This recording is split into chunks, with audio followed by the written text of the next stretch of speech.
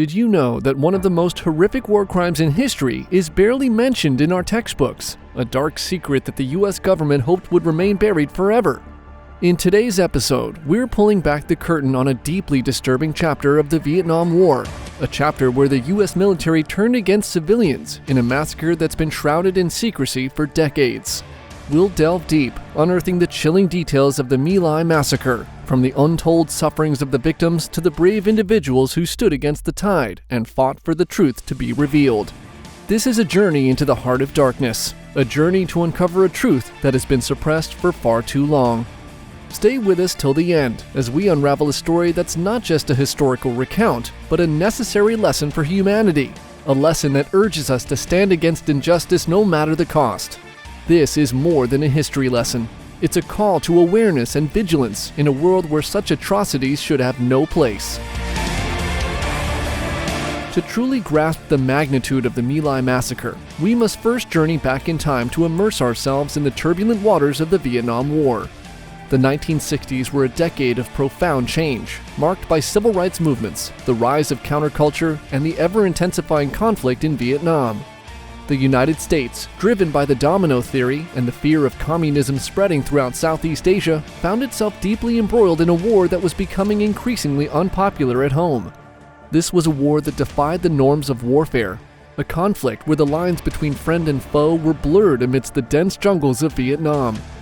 The Viet Cong, a guerrilla force supporting North Vietnam, utilized the terrain to their advantage, orchestrating hit-and-run tactics and melding seamlessly with civilians, creating a complex web of uncertainty for the American troops.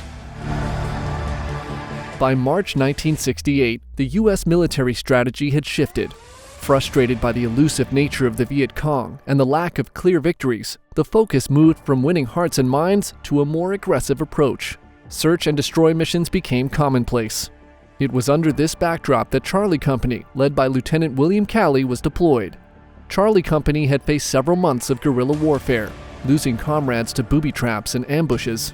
The psychological toll was evident.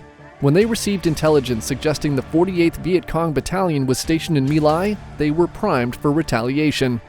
However, unbeknownst to them, they were walking into a tragic mistake. A grave error that would see them targeting innocent civilians, as the intelligence they received bore no truth. The 48th Battalion was nowhere near My Lai. As the first rays of sunlight pierced through the morning haze on March 16, 1968, the soldiers of Charlie Company prepared themselves for what they believed would be a fierce confrontation with the Viet Cong in the village of My Lai.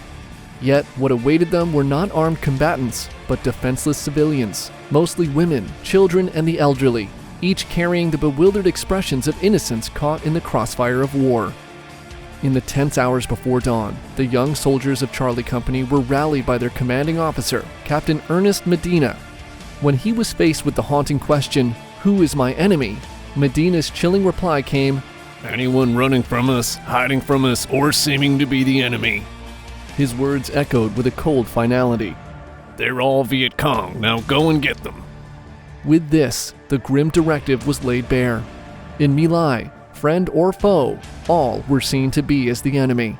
This harrowing mandate blurred the lines between combatants and civilians, setting the stage for a massacre that would sear itself into the annals of history. As the soldiers descended upon My Lai, the air became thick with fear and desperation. The villagers were rounded up, separated by gender and age, and then subjected to unimaginable horrors. Women and girls were brutally assaulted. Men were tortured for information they didn't have. Children were shot as they clung to their mothers. The ground became a canvas of despair, with bodies strewn across the landscape, a testimony to the cruelty unleashed that day. The brutality did not stop at the killing of innocent lives. The soldiers vented their rage on the lifeless bodies, engaging in acts of mutilation that defy description. The village itself bore the scars of the massacre, with homes burned to the ground and livestock slaughtered, a vivid portrait of hell on earth. In the midst of this chaos, a glimmer of humanity emerged in the form of Warrant Officer Hugh Thompson Jr. and his helicopter crew. Witnessing the carnage from above, Thompson made the courageous decision to land his helicopter between the remaining villagers and the advancing soldiers. With guns drawn, they confronted their fellow Americans, forcing them to cease the slaughter. This act of bravery not only saved lives, but also brought a semblance of humanity back to a place where it seemed all but lost. In the immediate aftermath of the My Lai Massacre, the narrative was heavily manipulated. Initial reports touted a successful operation, claiming 128 Viet Cong and 22 civilians were killed amid a fierce firefight. The American military newspaper, Stars and Stripes, reinforced this narrative the very next day, headlining that U.S. infantrymen had killed 128 communists in a bloody day-long battle. However, this portrayal was far from the grim reality on the ground. The U.S. military, in a bid to bury the truth, significantly understated the civilian casualties, reporting figures as low as 22, starkly contrasting the hundreds massacred in My Lai. This fabricated narrative aimed to shield the perpetrators and maintain the U.S. military's image. Yet it began to unravel as photographic evidence surfaced, alongside the courageous testimonies from those unwilling to remain silent, eventually exposing the horrific truth of My Lai. As we unravel this dark chapter of history, we're confronted with the harsh realities of war, where lines are blurred and humanity is often lost. The My Lai Massacre stands as a testament to the depths of human cruelty, but also to the courage of those who stand against it. The first probe into the My Lai operation was led by Colonel Henderson. He interviewed key personnel like Hugh Thompson Jr. and his helicopter crew. By late April 1968, Henderson's report was penned, suggesting the 22 civilian deaths were accidental, largely due to long-range artillery. Meanwhile, the Army labeled the incident a military success, boasting 128 enemy kills. Post-My Lai Massacre, a shroud of secrecy aimed to obscure the event, a bid to tuck the truth into classified archives. The U.S. military worked to shush the massacre, keeping it far from global scrutiny. Yet, truth has a tendency to surface, and the My Lai facts gradually seeped out, demanding global attention. In March 1969, a year after the My Lai Massacre, a crack in the military's wall of silence emerged. Ronald Ridenhour, a helicopter gunner from Charlie Company, who wasn't present at the massacre but had pieced together the grim reality from his comrades, felt compelled to act. He penned letters detailing the massacre to President Nixon, the Joint Chiefs of Staff, the State Department, the Pentagon, and several Congress members. Driven by the accounts of soldiers from Charlie Company, some of whom had partaken in the atrocities, Ridenhour sought to ignite a military inquiry. Despite his earnest efforts, Ridenhour's letters mostly fell on deaf ears. Yet they marked a pivotal step towards exposing the dark truth of My Lai. When the My Lai Massacre hit the headlines on November 13, 1969, the revelation came as a shock, courtesy of Seymour Hersh's investigative reporting through Dispatch News Service. This news broke a year and a half after the grim event, ripping through the silence that had enveloped the tragedy. The narrative escalated on November 20th when U.S. Army combat photographer Ronald L. Haberle showcased the gruesome reality through his lens in the Cleveland Plain Dealer. The stark, explicit color photographs, coupled with eyewitness testimony, painted a picture that words alone couldn't.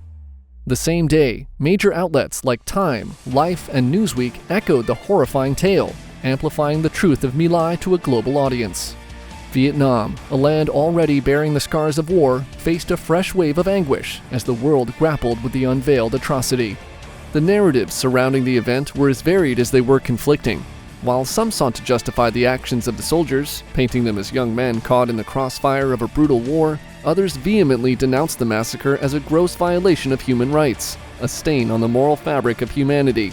The world found itself divided, caught in a maelstrom of debates that questioned the very nature of war and the depths of human cruelty. As the dust settled on the revelations, the focus shifted to the halls of justice, where the individuals responsible for the My Lai Massacre would be called to account for their actions. The military court trial that ensued was a meticulous examination of the events that unfolded on that fateful day, a deep dive into the darkest corners of the human psyche. At the center of the trial stood Lieutenant William Calley, the officer who had led the massacre. The prosecution assembled a strong case over a 4-month-long trial, showcasing evidence that displayed Calley's loss of humanity, leading to a massacre with no justification. Witnesses detailed the horrific events, painting a clear picture of the brutality under Calley's command. Despite clear evidence, the trial faced controversy, with many claiming a lenient military court. Calley was convicted for the premeditated murder of nothing less than 20 Vietnamese civilians, and initially received a life sentence. Yet in August 1971, his sentence was reduced to 20 years, later serving just 3 years under house arrest. This leniency ignited a firestorm of debate on justice's true essence. In Quang Ngai Province, Vietnam, stands the My Lai Museum, rooted in the very grounds where the infamous My Lai Massacre unfolded. This museum encapsulates the dark tale of March 16, 1968, through a stark display of photographs, personal belongings, and testimonials. As you traverse its halls, the raw emotions of the victims and the grim reality of that day are laid bare, offering a tangible connection to the lives lost and lessons imprinted in history. Through its poignant examples, the My Lai Museum serves as a relentless reminder of a sorrowful yet brave chapter in history. But the museum is more than just a repository of artifacts. It's a space of reflection, a place where visitors are encouraged to engage in a dialogue with history, to question, to understand, and to empathize.